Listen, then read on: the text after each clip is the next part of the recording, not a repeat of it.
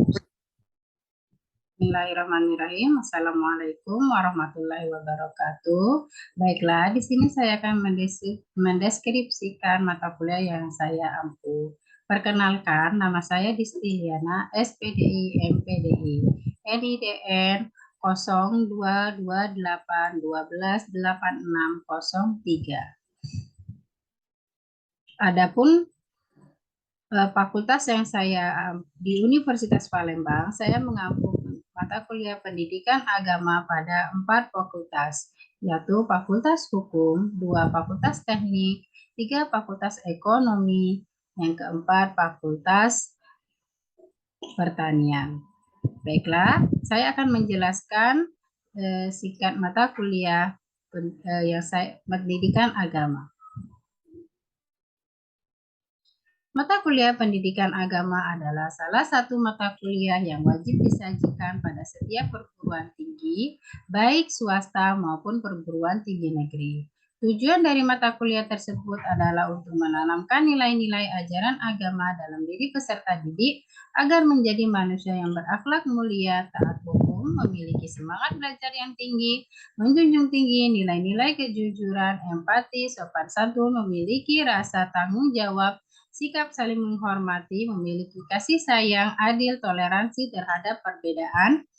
Adapun kegiatan pembelajaran, yaitu berupa diskusi kelas, mahasiswa mempresentasikan makalah yang ditugaskan di depan melalui PPT yang berkaitan dengan materi pendidikan agama. Adapun materi pendidikan agama, yang pertama, 1. Ketuhanan yang Maha Esa dan filsafat ketuhanan. 2. Manusia menurut pandangan Islam. 3. Etika, moral, dan akhlak dalam pandangan Islam. 4. Hukum Islam dan hak asasi manusia atau HAM. 5. Ilmu pengetahuan teknologi atau disingkat iptek dan seni dalam pandangan Islam. 6. Kerukunan antar umat beragama. 7. Masyarakat menurut pandangan Islam. 8. Kebudayaan Islam. Yang ke-9, politik menurut pandangan Islam.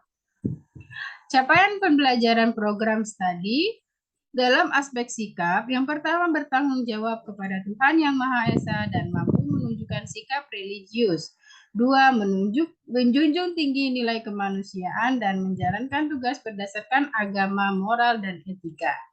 4. Menghargai keanekaragaman budaya, pandangan, agama, dan kepercayaan, serta pendapat atau ketemuan orisinal orang lain.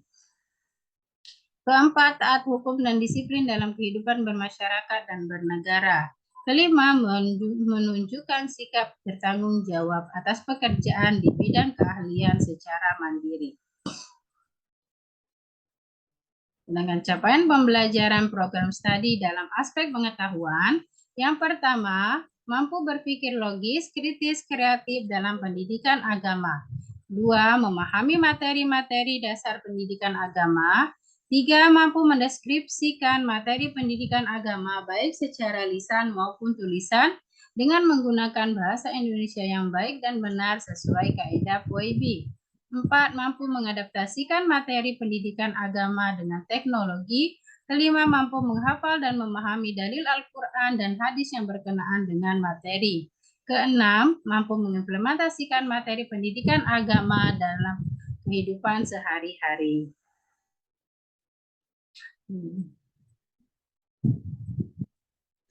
Capaian pembelajaran program studi dalam aspek kemampuan umum. Yang 1. Mampu mengevaluasi hasil diskusi dalam proses pembelajaran. 2. Mampu mengaplikasikan materi ke dalam sosial media, baik video, gambar, maupun artikel.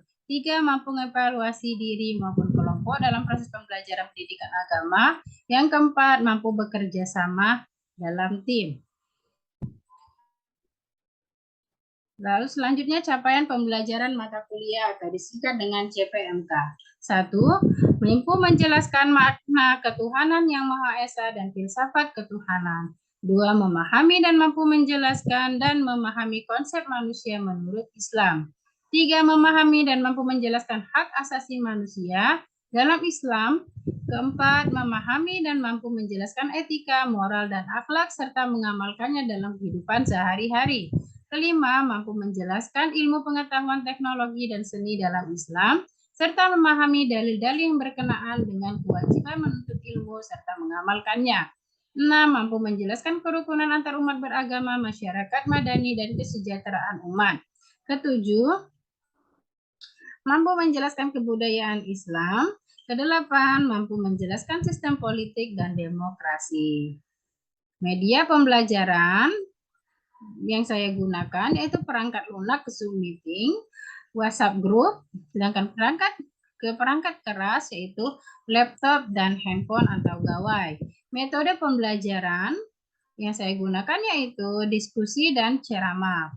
Kemudian asesmen atau penilaiannya yang pertama kehadiran, 2 keaktifan saat berdiskusi, ketiga tugas, keempat UTS atau ujian tengah semester, kelima UAS atau ujian akhir semester. Adapun bobot penilaian, yang pertama yaitu kehadiran 5%, tugas mandiri 5%, tugas kelompok 5%, keaktifan saat berdiskusi 5%, ujian tengah semester 30%, ujian akhir semester 50%. Baiklah, itulah tadi deskripsi mata kuliah yang saya ampu. Saya akhiri. Assalamualaikum warahmatullahi wabarakatuh.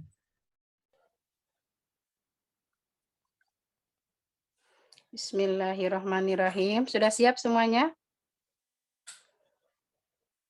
Sudah, Bu. Insya Allah siap. Bismillahirrahmanirrahim. Assalamualaikum warahmatullahi wabarakatuh. Waalaikumsalam warahmatullahi wabarakatuh. Ya, selamat pagi menjelang siang semuanya. Ya, semoga kita selalu dalam rahmatan Allah. Oke. Di sini ada semua ya. Jiha, mana Jiha? Ya, Jiha ada ya. Ya. Hikmah hadir, Bu. Hikmah. Herlinsi hadir. Nur Hasana. Nur Hasana ada? Nur Hasana? Hadir, Bu. Ya, Najiha. Najiha ada?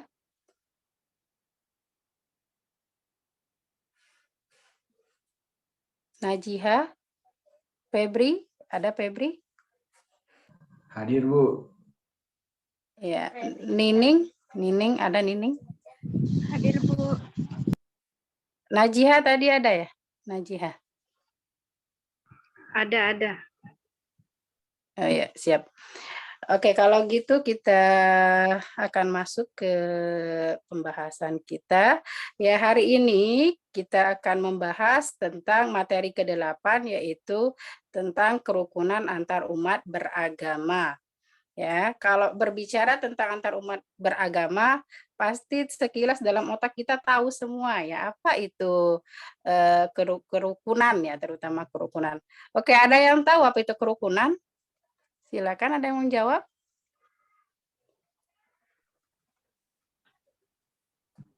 Damai. Kerukunan itu apa sih? Ya, kerukunan itu artinya hidup berdamai, hidup berdampingan. Ya, karena kemarin kita sudah bersepakat untuk melakukan diskusi kelompok ya, diskusi kelompok atau dan diskusi kelas, maka kita hari ini akan membahas materi kerukunan antar umat beragama ini secara melalui diskusi kelompok.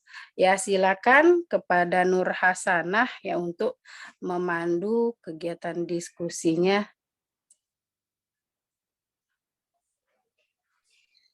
Bismillahirrahmanirrahim. Assalamualaikum warahmatullahi wabarakatuh. Waalaikumsalam warahmatullahi wabarakatuh. Assalatu wassalamu ala asrafil anbiya'i wal mursalin wa ala alihi wa sahbihi ajmain amma ba'du. Pertama-tama kita panjatkan puji serta syukur kita atas kehadirat Allah Subhanahu wa taala mana pada hari ini kita bisa berkumpul di ruang Zoom meeting saat ini untuk mengikuti mata kuliah yakni tentang pendidikan agama.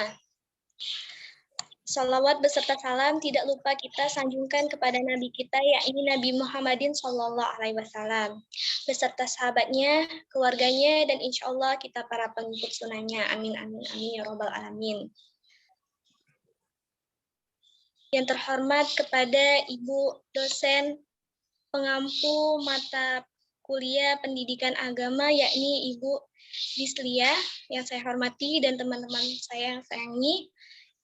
Langsung saja, yakni penyampaian materi yang akan disampaikan oleh Saudari Hikmah. Kepada Saudari Hikmah, saya persilakan. Baik, terima kasih kepada moderator atas kesempatannya.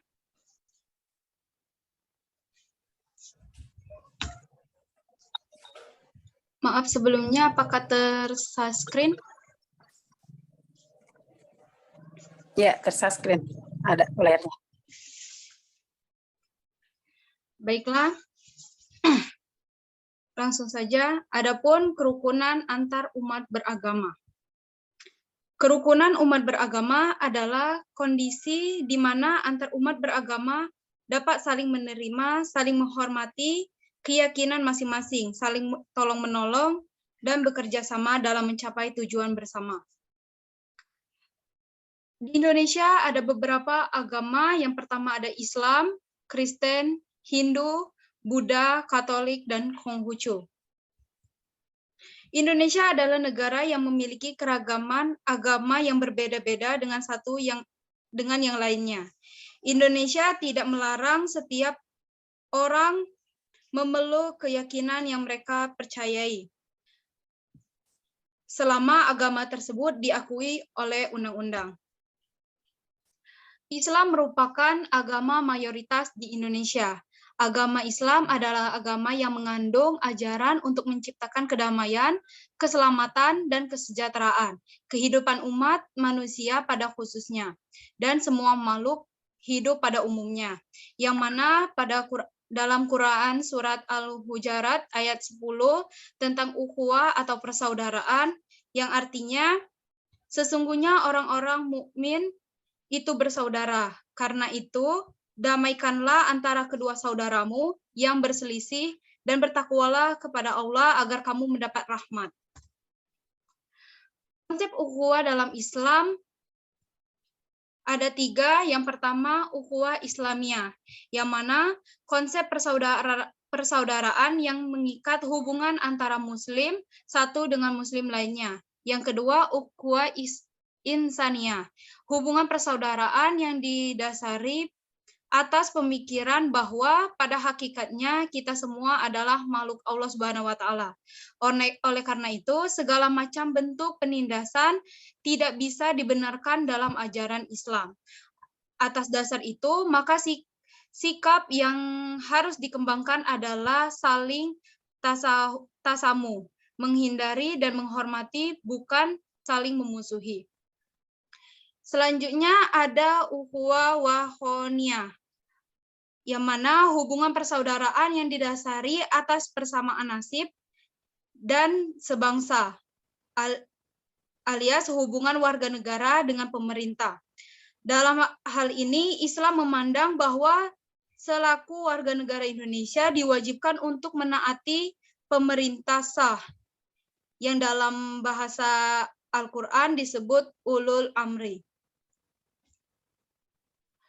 Islam tidak mengajarkan permusuhan atau kebencian terhadap siapapun, termasuk kepada yang non-Islam dan non-Muslim. Islam senantiasa berusaha untuk menegakkan hidup beragama, perdamaian, kerukunan, dan juga bekerja sama. Dengan demikian, hubungan pergaulan antara umat Islam dengan non-Muslim harus tetap berjalan harmonis, saling pengertian, saling membantu satu sama lain, selagi tidak menyalahi syariat Islam yang telah ditentukan. Contoh kerukunan antara umat beragama. Yang pertama ada menghormati waktu beribadah masing-masing agama. Yang kedua, menghormati hari besar berkeagamaan dari masing-masing agama. Yang ketiga, saling membantu ketika kerja bakti tanpa membeda-bedakan agama. Yang terakhir, tidak mengganggu kegiatan beribadah masing-masing agama. Mungkin itu saja yang dapat saya sampaikan. Kembali ke moderator. Baik, langsung saja di sini saya membuka sesi tanya jawab kepada audien. Apakah ada yang ingin bertanya? Saya persilakan raise hand.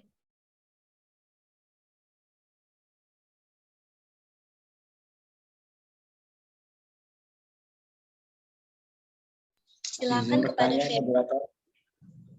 Ya, silakan Baik. Febri. Baik, pertanyaan saya, bagaimana peran generasi pemula milenial dalam menjaga kerukunan antar umat beragama? Terima kasih. Apakah ada lagi yang ingin bertanya?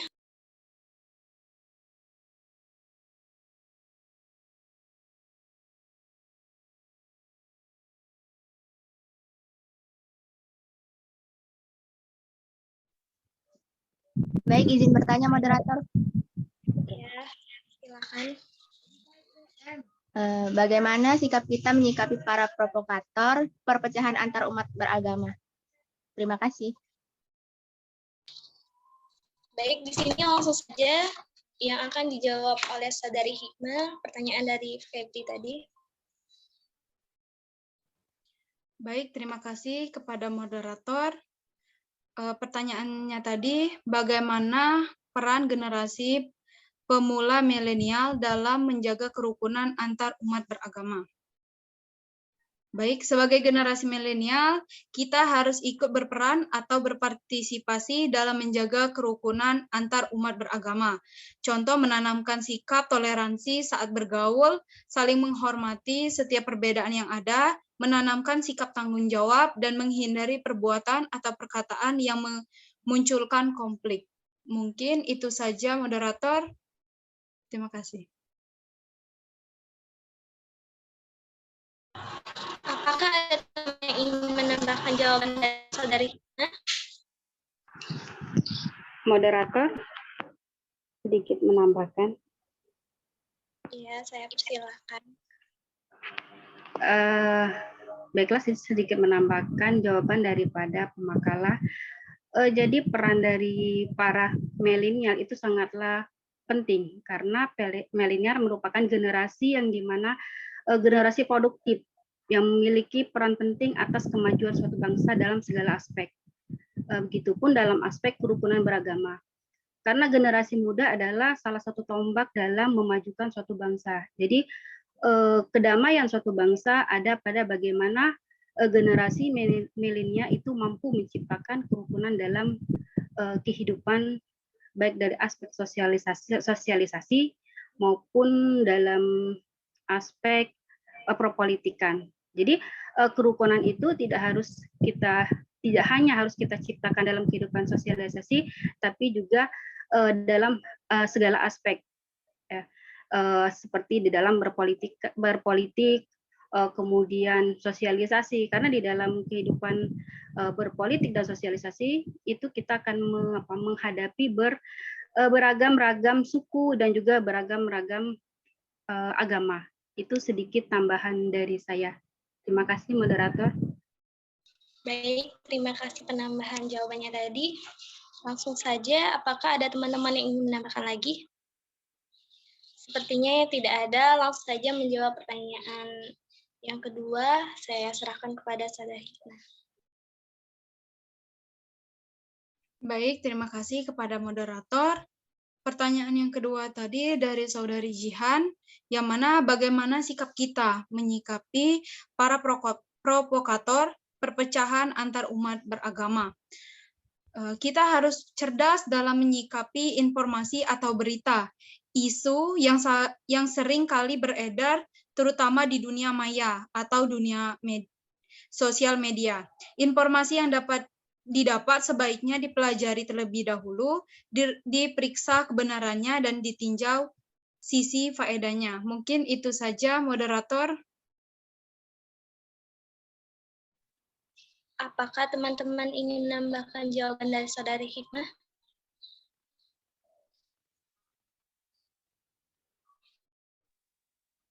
Moderator sedikit menambahkan lagi. Baik, silakan. Baiklah, saya akan menambahkan sedikit jawaban daripada pemakala tadi. Saya setuju. Sebagai generasi milenial, artinya kita harus memiliki sikap yang cerdas.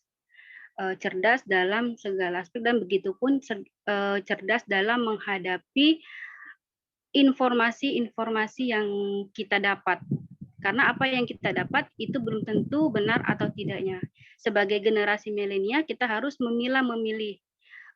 Apakah memilah-memilih dan juga meng-cross check apakah informasi yang kita terima benar atau salah. Sehingga informasi yang kita terima jangan langsung kita percayai, kita yakini.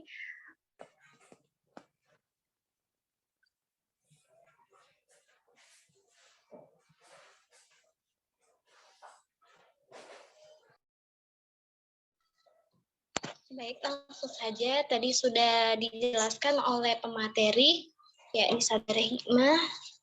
Lanjut lagi kepada Ibu Disiplina, saya persilahkan.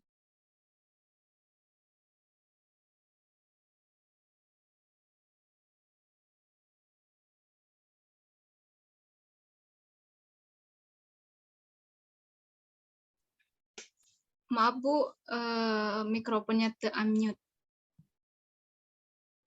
Ya, terima kasih. Terima kasih kepada moderator dan untuk pemakala atau pemateri dan untuk rekan-rekan yang lainnya ya, untuk yang sudah memberikan masukan, sudah bertanya, semuanya bagus semuanya ya. Kita semuanya berkaitan dengan materi kerukunan beragama. Sangat bagus sekali diskusinya ya, kita aplaus dulu ya. Oke, di sini saya akan menjelaskan tentang sedikit kerukunan antar umat beragama, menambahkan dari persentase dan hasil diskusi ya. Bahwasannya kerukunan antar umat beragama itu setahu kita adanya kapan sih? Nah, itu ya. Pada dasarnya istilah kerukunan antar umat beragama itu dicetuskan pertama kali oleh Menteri Agama Kiai Haji Muhammad Dahlan dalam pidato pembukaan musyawarah antar agama pada tanggal 30 November 1967. Nah, itu munculnya kerukunan antar umat beragama, istilahnya itu. Ya, pada hakikatnya seluruh agama itu menjunjung tinggi kerukunan antar umat ya, kerukunan ya, terutama ya dalam hidup bermasyarakat.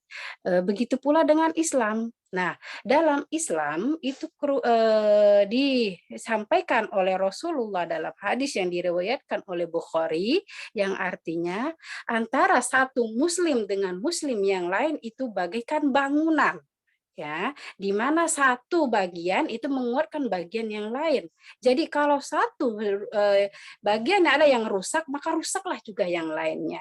Nah, itu betapa pentingnya kerukunan dalam diri bermasyarakat ya. Nah,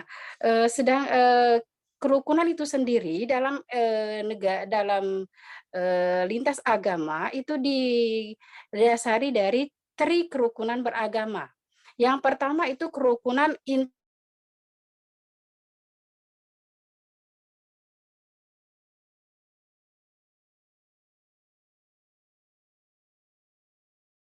kerukunan dulu di dalam komunitas mereka sendiri gitu ya.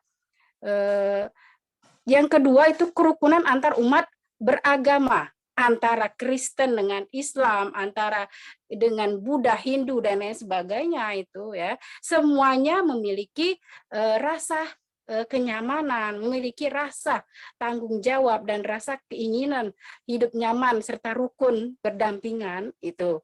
Ya, walaupun memiliki perbedaan dalam keyakinan atau kepercayaan. Nah, yang ketiga itu kerukunan antar umat beragama dengan pemerintah. Nah, ini ya, ini penting sekali adanya peran kerukunan antar umat beragama dengan pemerintah. Karena apa? Karena dalam menjalankan suatu negara itu perlu adanya saling menyokong antara pemerintah dengan umat beragama. Karena semuanya saling membutuhkan dan semuanya saling membangun, saling membahu. Nah, itu ya mungkin dari Ibu, penyampaian dari Ibu. Oke, bisa dipahami? Bisa, Insya Bu. Allah Ya. bisa, Bu. Alhamdulillah kalau bisa. Ya oke, sekarang Ibu tanya sedikit nih, mau lihat pengetahuannya ya. Mau lihat sampai di mana sih kalian tahunya gitu ya. Oke, ada nggak yang bisa jawab nih? Tri kerukunan beragama pada lintas agama tadi apa aja ya? Ada yang tahu? Ya, ada yang tahu? 3 kerukunan beragama yang menjadi landasan dalam lintas kerukunan bersama dalam lintas agama. Ya, oke.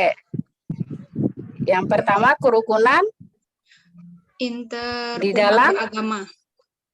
Ya, interumat beragama. Yang kedua apalagi ya? Kerukunan antar umat beragama. Ya, kerukunan antar umat beragama. Yang ketiga? Antara umat beragama dengan pemerintah. Oke. Ya, terakhir saya tanya, siapa pencetus pertama kali kerukunan antar umat beragama? Kiai Ahmad Dahlan. Ya, Ji Ahmad Kiai Dahlan. Haji Muhammad Dahlan ya. Oke, terima kasih semuanya ya. Alhamdulillah materi kita sudah selesai. Kita akhiri membaca dengan membaca lafaz hamdalah. Alhamdulillahirabbil alamin. Alhamdulillahirabbil Alamin ya. Terima kasih semuanya. Saya ucapkan ya, semoga semuanya kita semua dalam lindungan Allah. Wabillahi taufiq wal hidayah. Assalamualaikum warahmatullahi wabarakatuh. Waalaikumsalam warahmatullahi wabarakatuh.